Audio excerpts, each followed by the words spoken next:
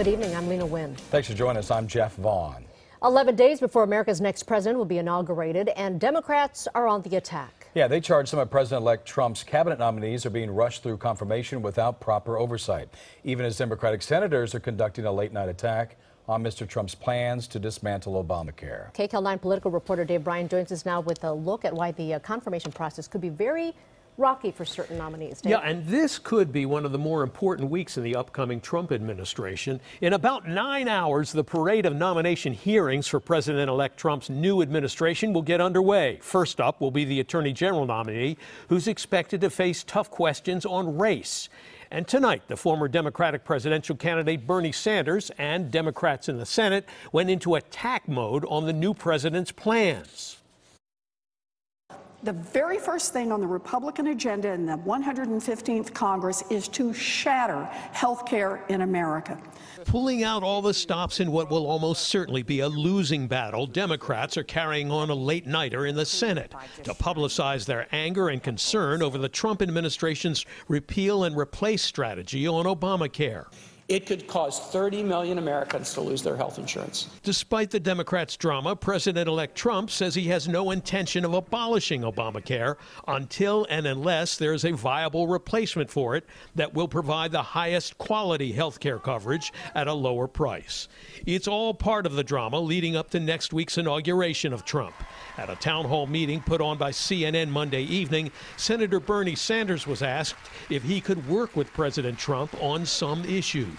Where Trump has ideas that make sense that we can work with him on, I think we should. But I will tell you this. He ran a campaign whose cornerstone was bigotry. It was based on sexism, on racism, on xenophobia. And on that issue, I personally will not compromise. Adding to the pre-inauguration drama, confirmation hearings are scheduled this week for 10 of President-elect Trump's nominees. 2 of them on Tuesday, including Alabama Senator Jeff Sessions for Attorney General. 4 on Wednesday, including former ExxonMobil CEO Rex Tillerson for Secretary of State and Betsy DeVos for Education Secretary. And 4 more on Thursday, including Dr. Ben Carson for HUD Secretary. Thank you. You bet. Even as the nominees finish working the rooms on Capitol Hill, the grilling begins on Tuesday. Mr. Johnson, you're the head person of this entity. Have you investigated this charge? Up first is Sessions, who has dished out his share of grilling administration nominees in Congress as a member of the Senate. Now he's the recipient of the heat, including accusations about his past battles with civil rights groups when he was rejected by the Senate for a federal judge position.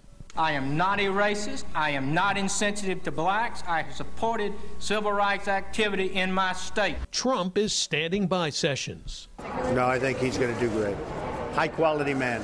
Democrats charge the Republicans are trying to run through so many nominees in 1 week without proper background material to avoid scrutiny and controversy, unlike the handling of nominations by the Obama administration, they charge. All the papers were in, and they had complied with all of the rules. These nominees have not. But the Senate Majority Leader told reporters Monday all the proper steps are being taken in time for the hearings. Everybody will be properly vetted, as they have been in the past, and I'm hopeful that we'll get up to 6 or 7, a particular national security team in place on day 1. On the other hand, the director of the United States Office of Government Ethics, which Republicans tried to gut last week before it backfired on them, has expressed great concern about missing documentation from some of the nominees, writing that has left some of the nominees with potentially unknown or unresolved ethics issues shortly before their scheduled hearings. These are people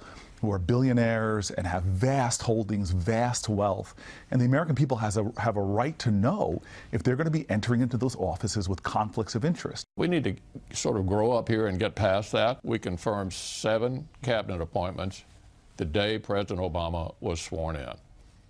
We didn't like most of them either, but he won the election. Now, the Washington Post reports that in addition to ethics reports, the FBI also conducts background checks of the top nominees. The paper says the Bureau has completed checks now for 5 of the Trump nominees with confirmation hearings this week.